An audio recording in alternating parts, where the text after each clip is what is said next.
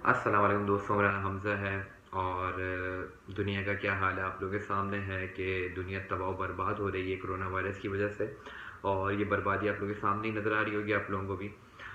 बात यह है कि मेरा ये वीडियो बनाने का मकसद सिर्फ इतना है कि लोगों के थोड़े परसेप्शन क्लियर करने हैं कि बहुत सारे लोग कह रहे हैं कि कोरोना वायरस अमेरिका की साजिश है, कुछ लोग कह रहे हैं कि किसी केमिकल के थ्रू आया है। तो भाइयों, ऐसा हरगिज़ नहीं है। कोरोना वायरस आज कोई 2019 में पहली दफ़ा नहीं आया है। हाँ, कह सकते हैं कि कोरोना वायरस इस बार थोड़ा एडवांस वर्जन के अंदर आ गया।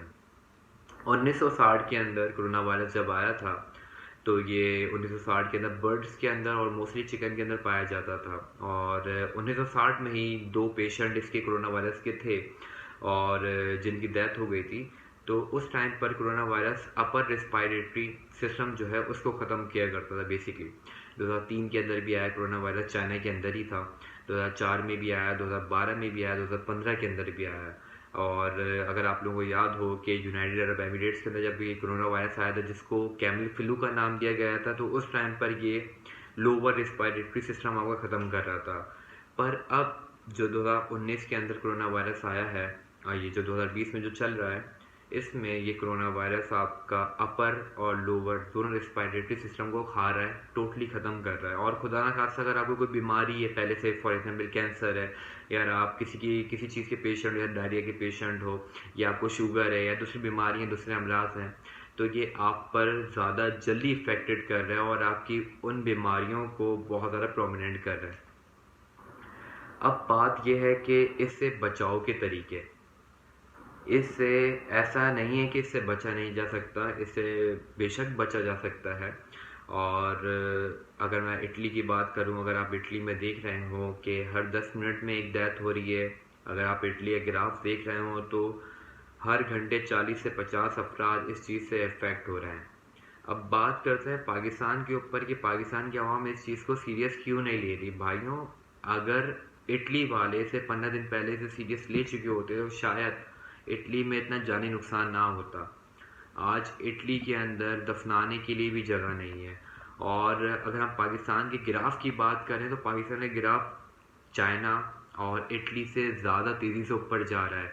आप लास्ट वीक की अगर बात करो, लास्ट वीक की अगर आप 4 दिन पहले की बात करो, तो 4 दिन पहले सिर्फ कोरोना वायरस के 25 से 26 पेशेंट थे और आज की डेट में कोरोना वायरस 800 से 900 अफराद में हो चुका है और सिर्फ 4 रिकवर हुए हैं और 4 लोगों की डेथ हो चुकी है।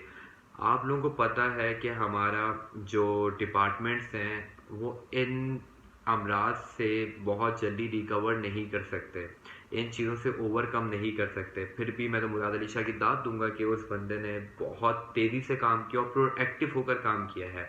पर हमारी आवाम एक्टिव नहीं हो रही। बच्चे बाहर क्रिकेट खेल रहे हैं, वो लोग वेकेशन समझकर इस चीज़ को एंजॉय कर रहे हैं। भाइयों, इस चीज़ को सीरियस लो, अपना भी ख्याल रखो, अपने से वाबस्ता लोगों का भी ख्याल रखो। और ये कोई आम डिज़ीज़ नहीं है। अगर आप इस डिज़ीज़ की बात करें तो भाई इस डिज़ीज़ ने पहले भी बहुत सारी जानें ले चुका है। ये जब यूनाइटेड अरब एमिरेट्स के अंदर हुआ था, जो कि कैमल फ्लू के नाम से हुआ था, उस टाइम पर भी 774 डेथ हुई थी और 12 से 13 हज़ार अफराद इससे अफेक्टेड हुए थे। और अगर अभी की बात करें तो 4 लाख टोटल अफराद इससे अफेक्टेड हो चुके हैं पूरी दुनिया के अंदर और 12 से 13 हज़ार डेथ हो चुकी हैं। 3% का रेशियो है बेसिकली डेथ का इसका। तो भाइयों, अपना ख्याल रखो और बिला वजह घर से बाहर निकलने से गुरेज करो। बच्चों को भी घर में रखें काइंडली, पेरेंट्स से ये गुजारिश है मेरी। और गवर्नमेंट से मेरी यही अपील होगी कि भाई पहली फुर्सत के अंदर कर्फ्यू लगा दिया जाए, क्योंकि हमारी आवाम ऐसे सुधरने वाली नहीं है। अल्लाह ताला हम सबको नेक हिदायत अता फरमाए।